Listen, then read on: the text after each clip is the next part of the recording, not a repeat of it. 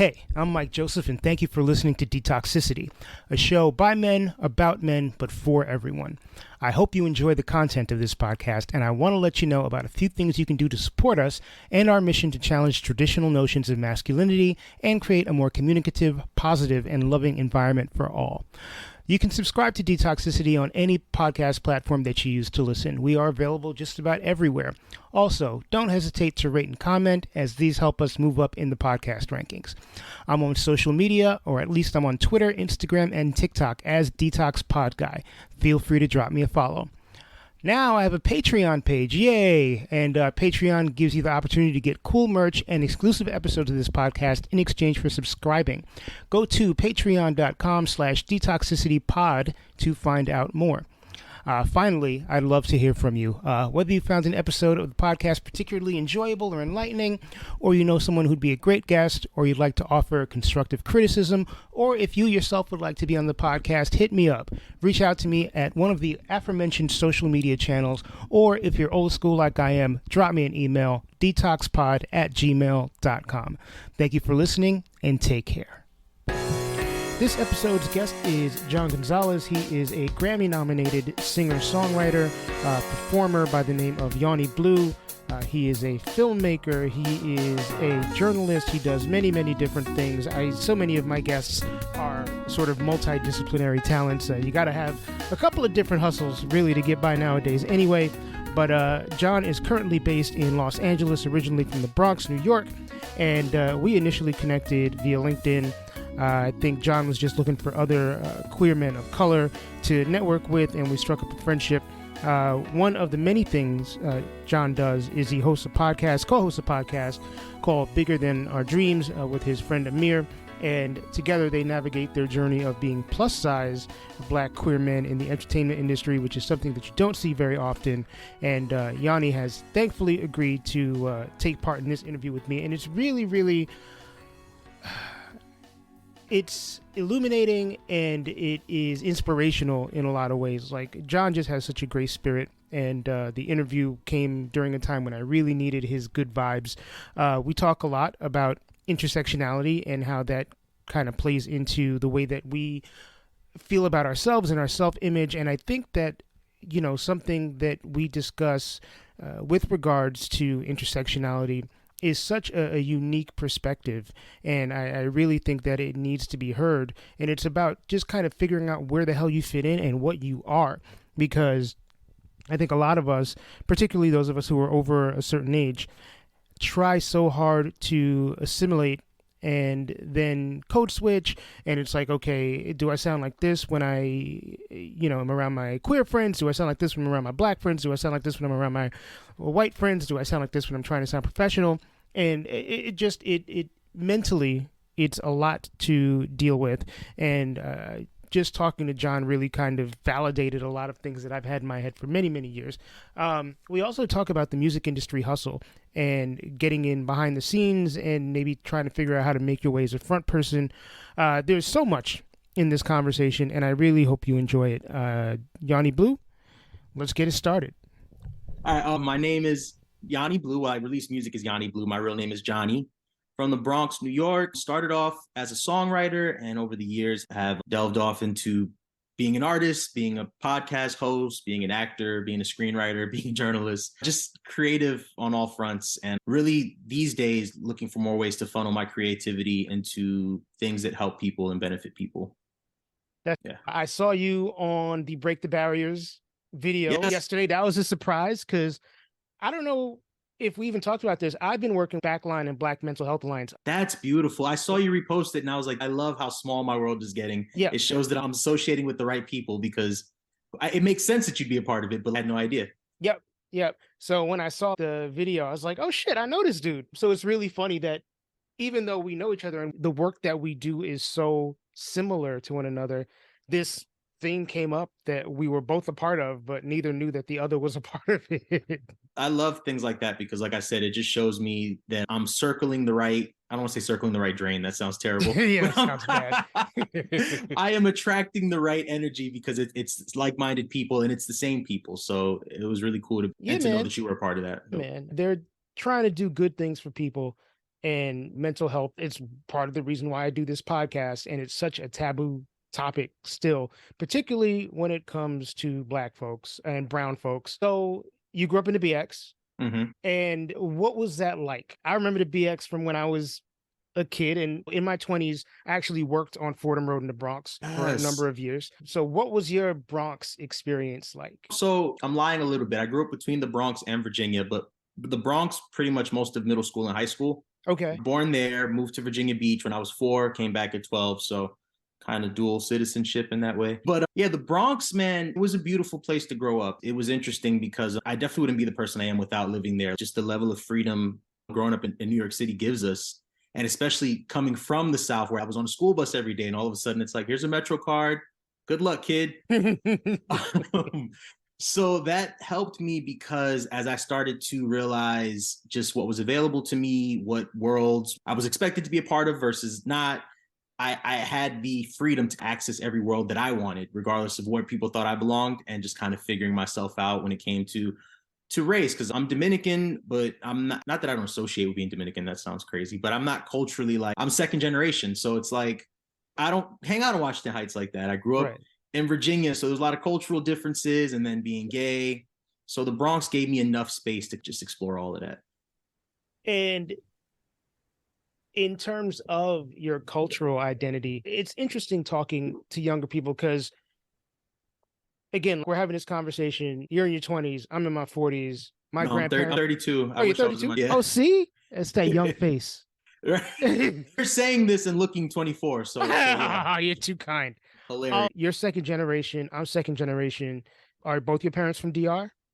Yeah, my family's on both sides are from Dominican Republic. My father was an immigrant. My mother was born in America.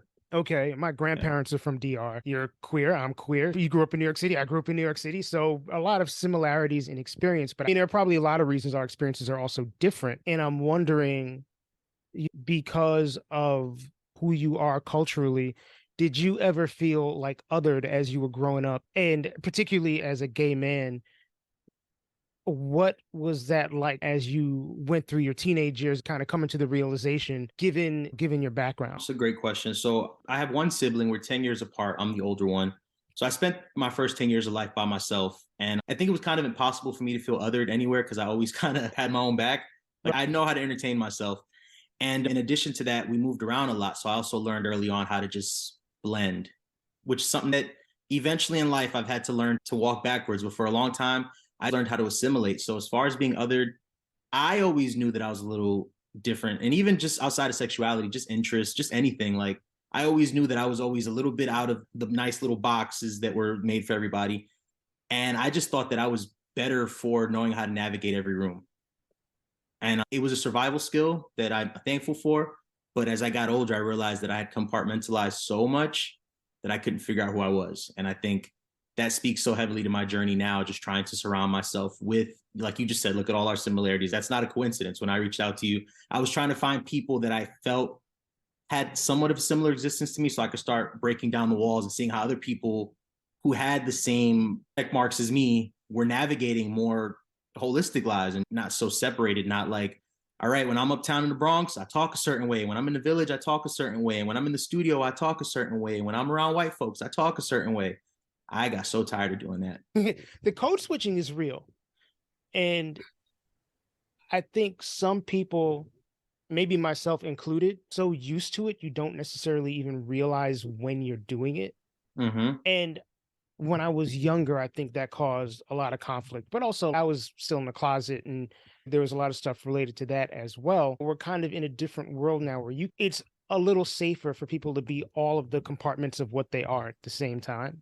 Yeah. How do you feel about where you are in your journey to just being your full self? I'm closer than I've ever been for sure, but it is a work in progress because as you start to address all the little boxes you build for people and all the code switching, you start to wonder which parts are real and which parts aren't. And really in that part of like, did I really like this because I like it or because I thought people would like me more because I liked it? Or even with making music, just understanding that as a large Black man, the most accessible genre was going to be R&B and hip hop, which I love, but I listened to everything. So as I tried to branch off into other worlds, people kind of pushed back. I was like, am I doing this just to be different? Or do I actually want to be in other places? Like those questions are still lingering, but I think they're a lot quieter than they used to be. So I feel the most secure in my journey right now than I ever have before. But that's a testament to, again, surrounding myself with examples of people who I feel are living authentically as well, and being able to reinforce that for each other. What made you decide to be a musician? That's usually the first question I ask of anybody who's a musician that I have on the show. But your story is so layered. I wanted to touch on a couple of other things first. But what was the spark for you to become a musician? Well, I always loved music, like most people say. I came out of the womb singing. And then being a child of the early 90s, you can't not want to sing when you got Whitney and Mark Anthony and Boyz II Men and these great vocalists on the radio. But what made me actually decide to want to pursue it, again, going back to that sort of survival mentality, I saw an end that seemed possible for me, which sounds terrible looking back, but I didn't see myself in anybody until I saw The Dream or these songwriters, James Fauntleroy. I was like, well, I kind of look like those guys and they're behind the scenes. And that was the end that made me say, okay, if I want to do this, this is the only way that I could do this. Spark. Writing kind of came before performing for you. 100%. Yeah. Okay. And was it always writing music, or were you journaling? Were you writing poetry? Were you doing any of that stuff? Yeah, I did a little bit of everything. So I had a really great English teacher who um got me into Edgar Allan Poe, who's, I don't know, is he from the Bronx? But I know he lived in the Bronx. Really? I didn't know Yeah. that. So Yeah, you there's got me his there. house. Yeah, his house is preserved by Right. Fordham, little Yeah, park for over there. So he got us into Edgar Allan Poe. So it was a mix. I was always naturally a good writer. I was the kid that would do my essay the day of and get an A. So I just kind of knew, which is again why I thought that songwriting would be, is all very left brain of me. I just kind of figured I like music, I'm good at writing. They should go together. But it's always been a little bit of everything. I mean, my day job now is journalism. I write full time. I do screenwriting, script writing. So it was always a little bit of everything. very multi-layered. Mm-hmm. And I always ask people for their coming out story as well. And I'm curious what your experience was navigating your sexuality. Yeah, so I started to uncover my sexuality at 16, which is ironically the same year that I started doing music. And again, just in the spirit of boxing off my life, I was actually able to create a little world for myself where I was able to be out. So I had access to the internet, to MySpace, and New York had like a local early pre version of Facebook called Sconex, where kids would connect through school networks essentially. Okay. And there was a lot of queer kids there, and I knew that I liked boys, so I would just talk to boys. And I was smart enough, thank God, because there was older men on all these sites, of course. And I'm talking Creeping. about the BGCs and the Adam for Adam. I knew to just talk to people my age, and I connected with a couple of other boys who I was able to grow with, who some of them have become lifelong friends, thank God. It worked out that my three best friends in high school all turned out to be queer. So I had a little bubble, which was more than a lot of people had. Mm-hmm. So I graduated high school with a boyfriend, and I had a pretty healthy social circle as far as coming out. My mother took it hard when I was about 18. She took it pretty hard. And I think she took it hard because she found out through, I left one of my dating profiles up. Oh. And it was very, very scandalous. So she had to find out through the sexual lens. And I think that just always terrified her.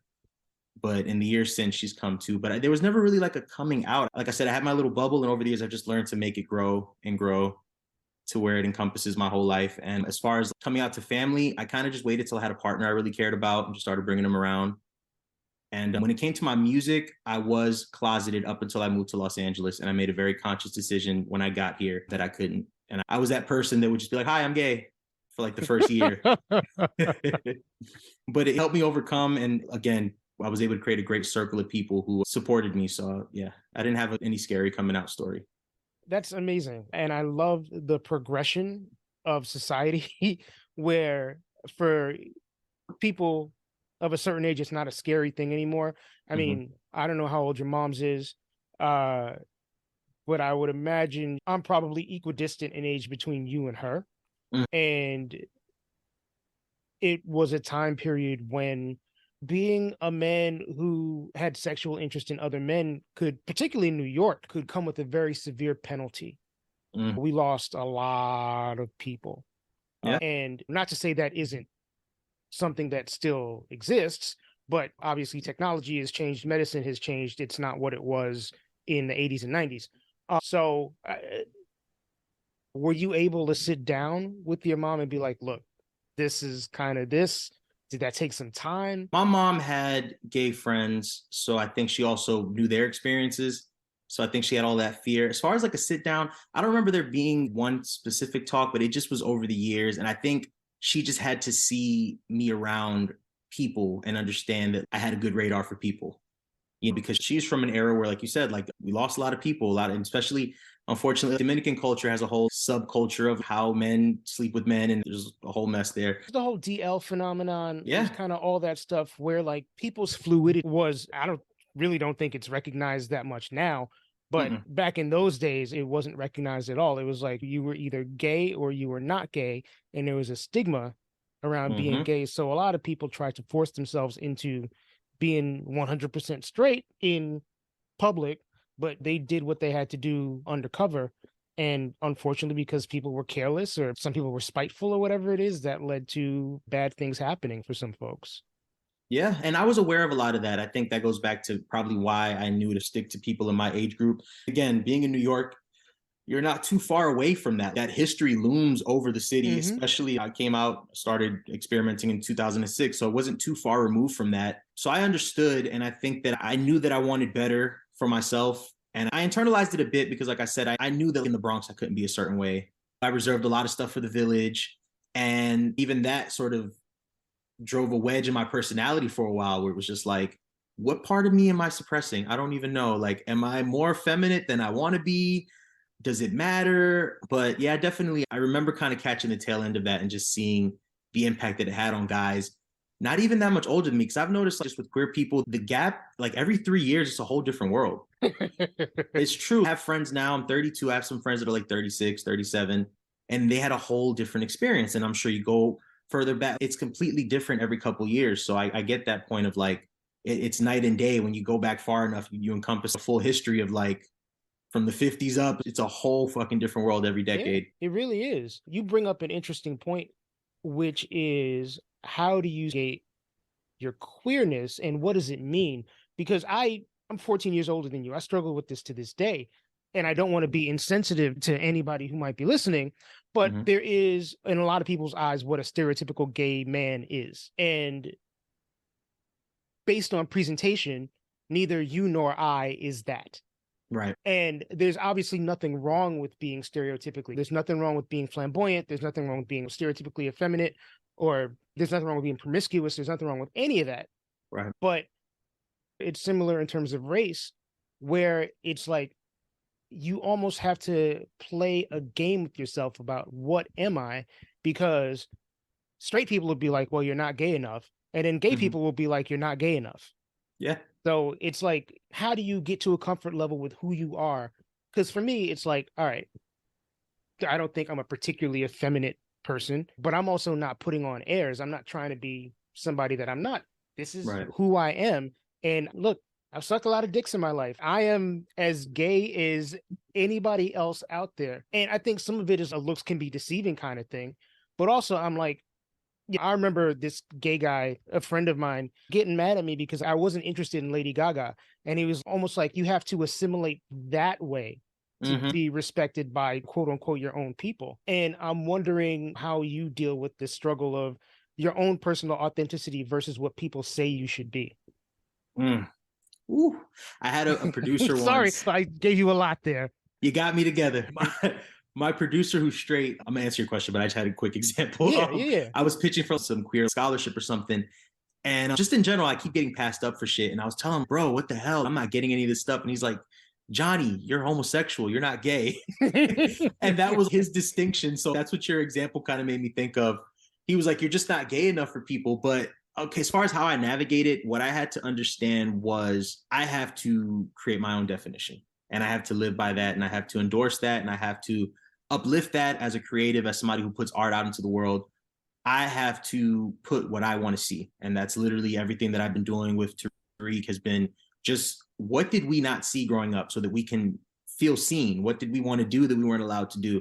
That's how I've been asserting who I am because I realized that it's not a question of, I hate when being gay is just boxed into like, do you like Lady Gaga? Do you paint your nails? Do you like Drag Race? Yeah, Drag Race. Yeah, that's the one I've gotten recently. I mean, no diss, no shade. I've never watched an episode of Drag Race in my life, and I'm not really interested. Blasphemy. I know, right? Here come the pitchforks. Right. Greatest show on earth. But all it is to say that, like, I would get the opposite. I do love Drag Race. I had a friend who I've known for almost 14 years. He'd be like, girl, you really putting on? And I'm like, no, I watch this show religiously every Friday. Why do I have to look a certain way to like Drag Race? Right. But to answer your question, it has really just been a battle of surrounding myself with people like me, because we are one of one down to the DNA of it. But truthfully, like, there's about 100 other people like us out there.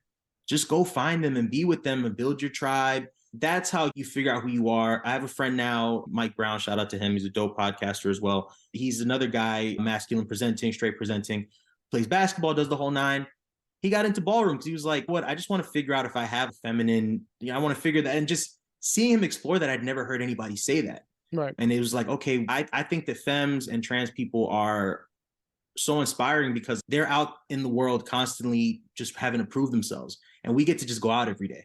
Right. And nobody gives a fuck. So it's like, if this motherfucker can go through all of this shit and go out every day and put on heels and do whatever, I can show up in the world and paint my nails one day if I fucking want to. I could show up in the world and wear a Drag Race merch shirt, which I've done a few times. And people are like, who's that girl on your shirt? And I have to explain to them, this is a drag queen. It's not a real woman. But that's how I'm actively doing it. I'm just siphoning through the world now and just like, okay, are you my person? Are you going to not invalidate me in the things that I like? Okay, I fuck with you. We don't have to like all the same things, but we can mesh enough ways. That's what I need. Right. And I do think it's important for people who have the ability to pass to figure out a way to be open about that, because it makes it a safer space for people who can't pass or refuse to pass or don't pass. And also it removes the stereotype a lot of ignorant people have that you can't like basketball and you can't have bass in your voice. It's stupid. And it's almost Stone Age, because I asked this question recently in an episode that I did, because we were all in our 30s. I'm like, do you think it stops with us? Do you think the kids under us had this figured out a little bit more? And they were like, yeah, they feel like they see more younger people who are just kind of like, these are all the parts of who I am. They show up and lay them all out. They're free. And it's not so much like when I was growing up, I felt like I was a Swiss Army knife of like, all right, which Johnny you guys want to see? Right. Like, who do you have to be around these people? That shit is so tiring.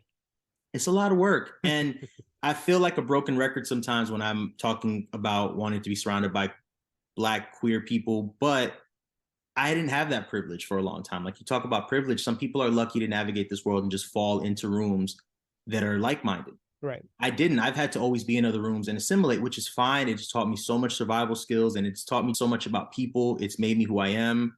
I'm proud to be well-rounded, yada, yada. But I've also seen people existing in rooms where, like I said, where they are more like-minded, and just the advancement is different.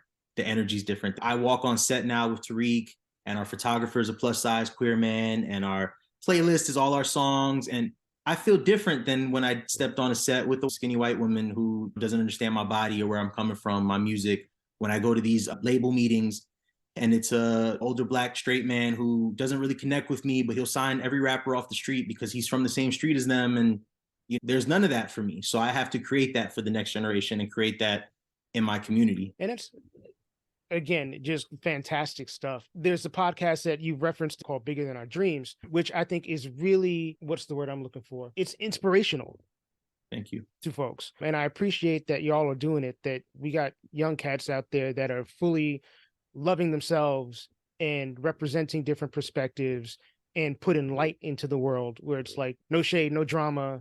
Everything is on a positive tip. And I'm curious how you and Amir put that together and what's your mission behind the podcast. So my background was primarily in songwriting for the last 10 years and navigating the music industry, that songwriters really are where the diversity is. We look like all different types of people. And I was for a while the youngest in the room. So I would come into these rooms openly queer. And again, you also know from being in the music industry, most other people are queer and not openly queer. And I was navigating rooms, and that's no disrespect to anybody. And that ain't just the music industry. My whole MO is everybody's queer. What?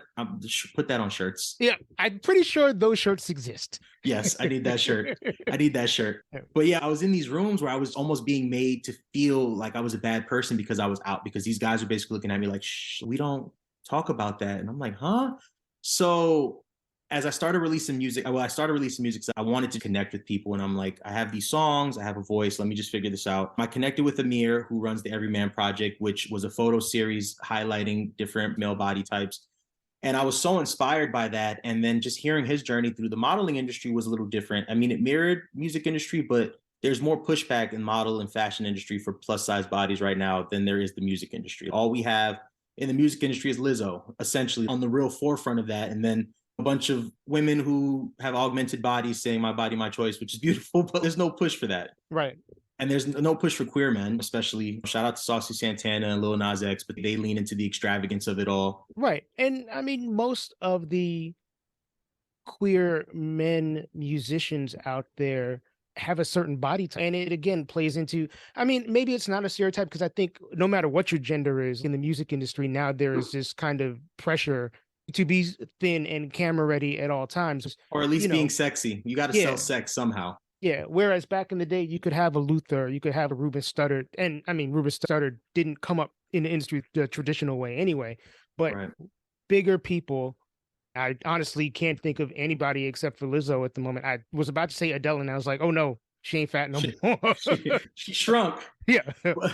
But just seeing that void and seeing how much me and Tariq empowered each other, and it's kind of goes hand in hand with the mental health, because I was so depressed with the music industry, really like, this is ass. I don't want to do this no more. So to be in that bubble with him and just being able to empower each other, uplift each other, it was like, all right, it resulted in a song, which was Can't Compete, which was our single. And I was like, we should surround this record with conversations and with people that look like us so that they understand it's for them. And it just snowballed into a podcast. And we've had some incredible guests and just people telling their stories from the modeling industry. I've had other songwriters on there. I've had some women on there that have told, which is obviously like the women deal with this even worse than men. Mm-hmm. I think we're just less represented, but we're not getting as much backlash. We're able to still have a Heavy D and a Notorious B.I.G. once upon a time. Right. And that's just been the mission. Where are all these little pockets of people who are exceptional, but don't get to shine? And we just want to shine a light there. And that's really been the initiative. And it's been growing. He's going to be out in LA next week. We're going to do some live episodes. We're partnering with a modeling agency that represents all plus size models to talk about their stories. He's also going to be shooting them. And like I said, it was not even just about body image, but also, again, with the being queer and just shedding light on all of these little pockets of where are we? Where are the people like us that aren't getting any shine? Right. Right. Yeah, so that's been the initiative. That is a fucking wonderful initiative, and I applaud it. What brought you to LA? Was it songwriting or? Yeah, songwriting. Right. Yeah, I had an opportunity. I was writing in New York since I was 16, and I wasn't getting very far at all. I thought I was, but I wasn't getting very far. Hit a wall, took a year off, and then got back in. I met my former manager who recommended I came out here to work with a producer of his who became my main producer, and packed up after 6 months and moved 2017. So I just made 7 years 3 days ago. Congratulations. 6 years ago. Yeah. Thank you. Do you feel like you're a West Coast cat now? I've been spending more time back home. I was there for about 3 months this year. I bounced back and forth. So I feel like I'm a bi-coastal cat. All right. I'll take that. That is a good political answer, Johnny. Yes. No beef. And in terms of writing, particularly when it comes to writing from other people, I am curious, just because I've never really been in a room of people writing songs, what is that process like? When you come up with an idea, are you already thinking of who this would be good for, or are you tailoring for people when they're in the room talking to you? It's a mix of things. So when I got to Los Angeles, or even prior to that, I was a lot of times just in rooms with myself, the producer, maybe another co-writer, just creating. When I got to LA, I got here to work on Empire.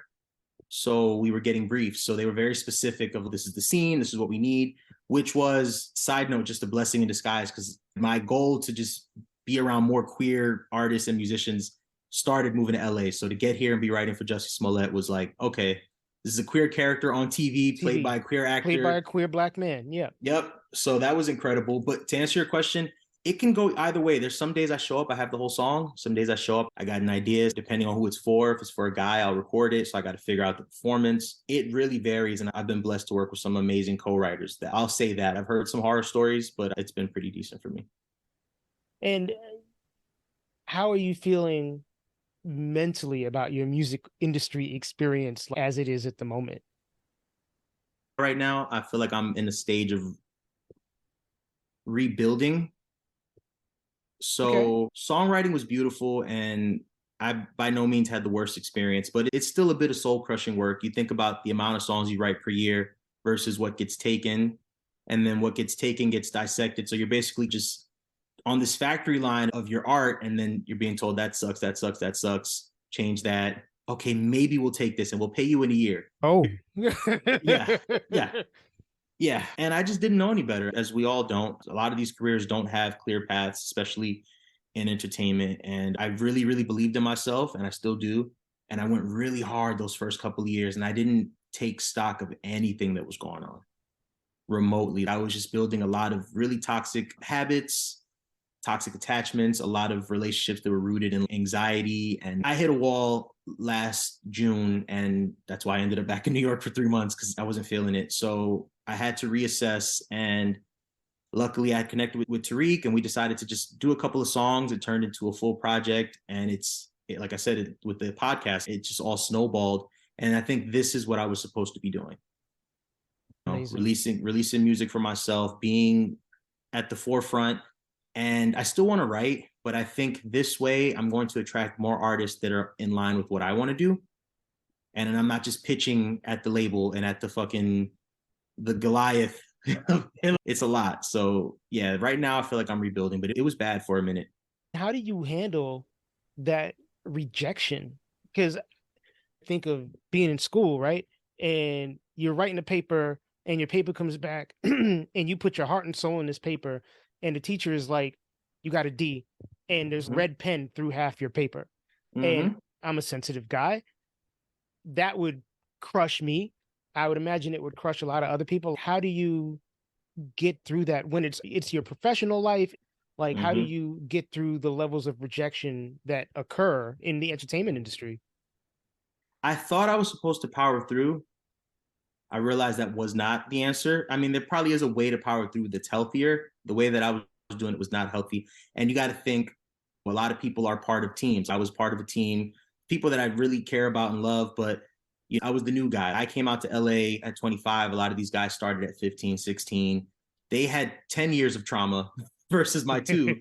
So I'm unpacking my trauma against their trauma. And then a lot of people have the power through mentality. So you're sitting there thinking, this doesn't make any sense. This isn't right. I don't think I should be enjoying this. And people are like, no, it's cool. It's cool. This is how it is. It's fine. This is how it works. So I wasn't dealing with it. So these days I've been trying to find a healthier balance of just making sure that if I'm fighting for a song, I really believe in it, because that was the other thing where I was writing so much and you're told you don't know which song is going to go. So just push every song. And some days I'd show up and write a song I didn't care about.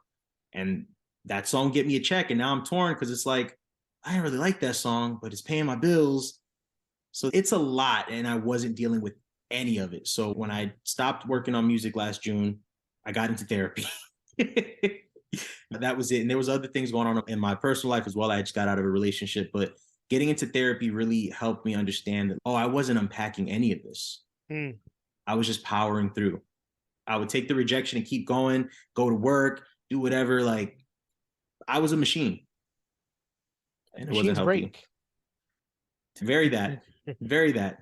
Is this your first experience with therapy?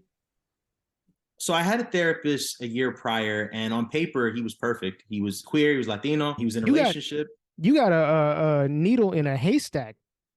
Well, I'll tell you, I wasn't ready, I guess, because I was in a relationship at the time that wasn't working. And I'd tell him what's going on, and he would just sit there very sassy and just be like, girl, you got to get out of that. And I didn't want to hear that. And I was just like, nah, no, what you mean? You're like, every time he'd come up on my screen judging me, and I was like, oh, this man don't care about me. So I got out after like 4 sessions, but come to find out, he was telling me what I needed to hear, and I just wasn't ready. So this is my second experience with therapy.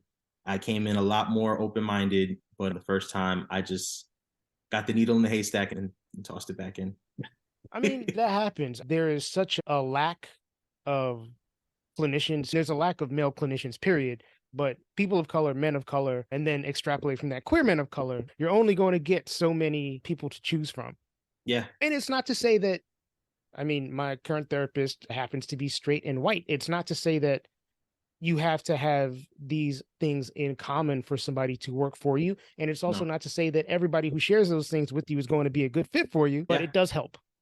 Yeah, a friend of mine taught me that you have to show up and you have to treat it as a tool. This is not your buddy. This is not your mom. You show up and you treat it as a tool. And if you are struggling to connect with your therapist, tell them, because that's their job, is to help you overcome or question. Like, obstacle is in your mind. If you're trying to get help, you can get the help.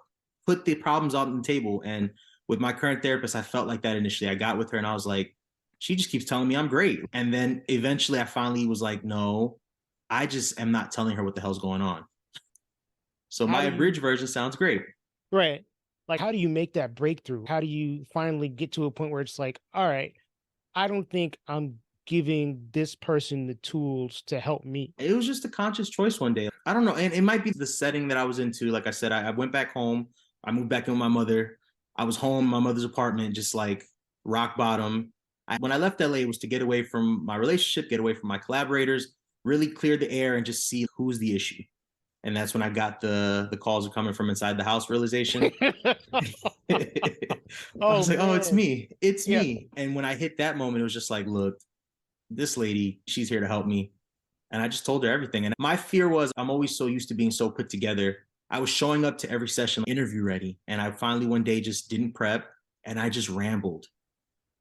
And she would just grab what she needed and questions. And that's how I started. I started just showing up unprepared because I'm like, if there's any place in my life where I'm allowed to be a hot mess, it should be Therapy is here. Nobody else needs this hot mess. Not my mama. The bartender don't need this. The apps don't need this. Your therapist needs that. Yep. So that's when I realized, and it's been good ever since. And there's got to be ways other than therapy that you kind of keep your head together, kind of jumping back into the fray in LA and working again and kind of doing all that stuff. So self-care is obviously an overused term, but what are you adding to therapy to complete the work that you're doing for yourself? I've allowed my art to be part of my healing, which has been huge. I've really put myself into my music in ways that I never had before. So that's been helpful and it still works. So I know that I still have to create other things outside of that, but work has become part of my healing. I've been meditating. I have a friend who just likes to try different shit. So I'll go with him and do and paint. We painted the other day and it like unlocked a new level for me in my brain. Okay. Like, what is this? This is great. And I've been feeling super spiritual. I've never been very religious, but I do feel spiritual. I do feel connected to something. And I just lean into that however I can, whatever it is. If it's buying some crystals or whatever the hell makes me feel, I don't care if it's real, it's not real, it makes me feel good. Mm-hmm. And so that helps. And going for walks. I mean, in LA, Yeah. people walk in LA. Tell me Yeah. more. I'm in Chinatown and I'm right between two parks. I'm right between Elysian and the state park. So I get to kind of just go and alternate. And I have a dog, so it forces me to get out the house. Oh, right on. So, as I mentioned towards the top of our conversation, you got involved with Backline doing this Break the Barriers campaign that they just launched this week. How did you get involved with that? So I have been in contact with this lawyer named Danny Oliva for about 2 years now, 2 or 3 years. A really dope music lawyer based out here in LA. And Danny just emails me anytime something pops up. It's like, are you interested in this? I'm like, sure, sure. So Danny sent me the email and I was like, hell yeah. Responded.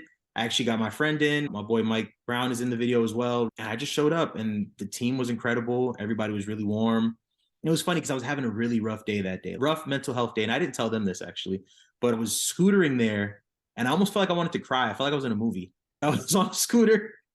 I felt like a tear come down. I was just like really fucked that morning. I didn't know what it was. And I ended up seeing an artist that I used to work with and I stopped to talk to her and it helped me kind of gather myself. But when I got there, I kind of felt like a fraud. So I was like, fuck, I'm going to talk about mental health and I'm kind of in shambles. And the crew was just like, you're so nice. I was like, okay.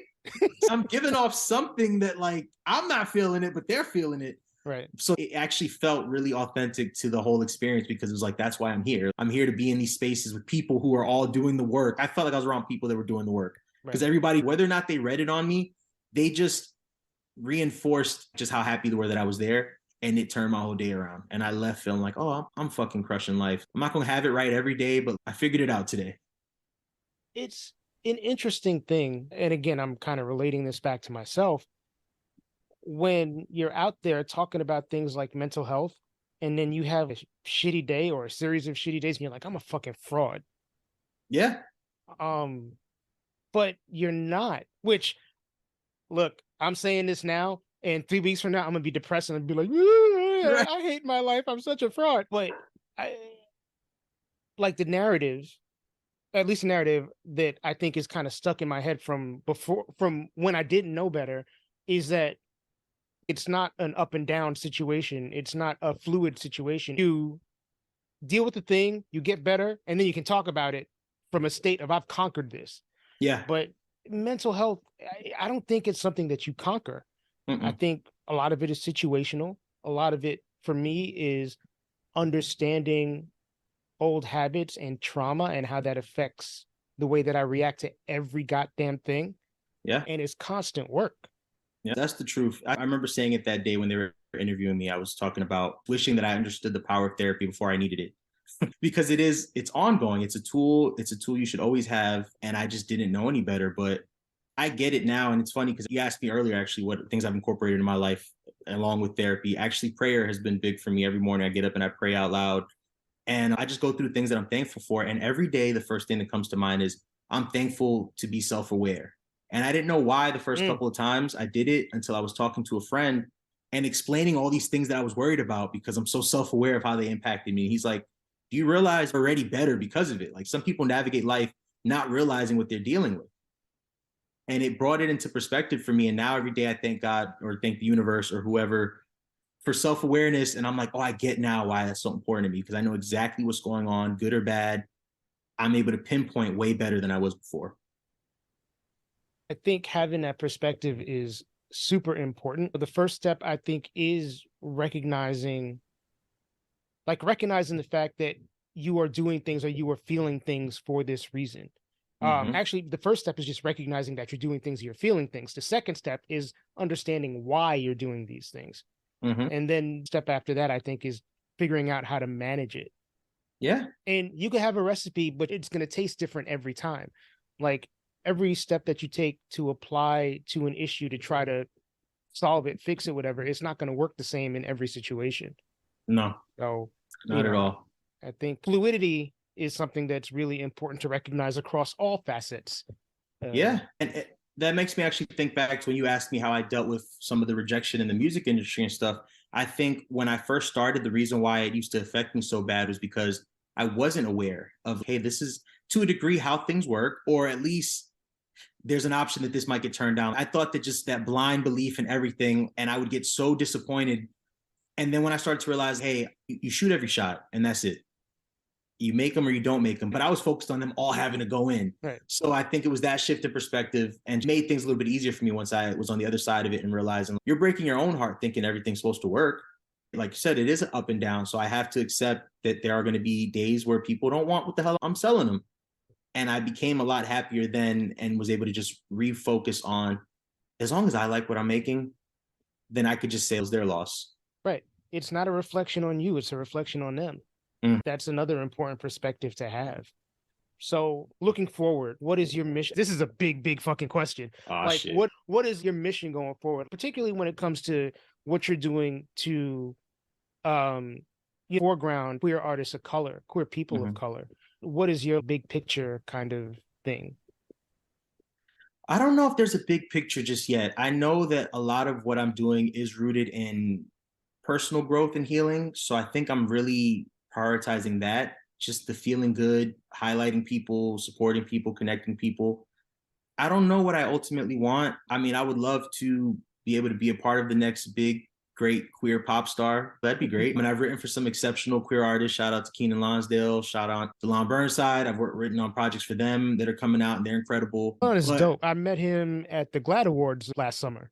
Okay. Yeah. Incredible artist, incredible project. He just announced today he's going to be doing a show in London. So attached to things like that, which I'm excited about. And maybe before I would have thought that that was the dream, but it's not really that. I think, like I said, it is just prioritizing my healing, my joy, and allowing other people like me to be able to experience that because maybe they didn't have the tools that I had and I can kind of help navigate them towards like, hey, there's happiness over here. Come on. Right. That's what I want right now. I just want to really build a brand that I'm proud of and continue to make art that I'm proud of and hopefully inspire people and connect people, keep connecting people. I think connecting people is the move. I'm a big community person. So it's always kind of like you take your experiences and you try to help people where you can and just kind of build on. I grew up in a house with a lot of fucking people. In the way I see things, the world is kind of just a microcosm of that house full of people, and you just want to try to all help each other the whole 9 yards. Yeah, I think that's super important. And I think just for the people who didn't grow up in those big houses, just letting them know that they could build their own house too. Right. Like, hey, you didn't have one, let's build one. Let's figure it out. Just showing people that they don't have to be alone. Because I felt like that for a long time. But I think it was just self-imposed isolation. And I'm coming out of it. Want to give John a big shout out. Thank you for taking the time to appear on the podcast. I know you have a lot of irons in the fire, so I appreciate you taking a few minutes out of your schedule to sit down and chop it up with me. Yawny is on Instagram. You can find him at YAWNYBLEW, YAWNYBLEW. He does a lot of things, and one of the other main things that he does is the podcast Bigger Than Our Dreams, and you can also find them on Instagram. That's him and Tariq. It is BIIGGER Than Our Dreams Pod on Instagram. And if you want to know more about what YAWNYBLEW does, you can find his music on just about every streaming platform that there is. And you can also go to YAWNYBLEW.com. So once again, big shout out to John for taking the time. We should pick this up at some point and do it again. Thank you for listening to Detoxicity. I hope you found this particular episode interesting. And if you are new, I hope you go back and listen to all of the older episodes. Once again, my name is Mike Joseph. I am the host and producer of this show. And there are a lot of things that you can do to continue to support our mission, continue to support this podcast. Follow me on social media. I am on Instagram, Twitter, and I'm on TikTok as DetoxPod Guy. You can also send me an email if you'd like. I'm at detoxpod@gmail.com. I am always on the hunt for people with interesting, inspirational, and powerful stories. So if you know somebody who fits that bill, or if you yourself fit that bill, please don't hesitate to drop me a line via email or via social media. Please make sure you subscribe on your podcast platform that you're listening to this on. Rate, comment, help a brother out, help us move up in the rankings. Follow me on social media. Like I said, follow our Patreon, or subscribe to my Patreon, actually. Patreon.com/detoxicitypod. You get access to exclusive episodes. You get episodes a little earlier than the general public. You get a cool ass sticker, lots of stuff. Once again, patreon.com/detoxicitypod. Quick shout out to Calvin Williams for providing the music and doing his magic on the logo, which was originally designed by Jacob Block. I thank you all for listening. I wish you all the best. Please take care of each other. Till next time, peace.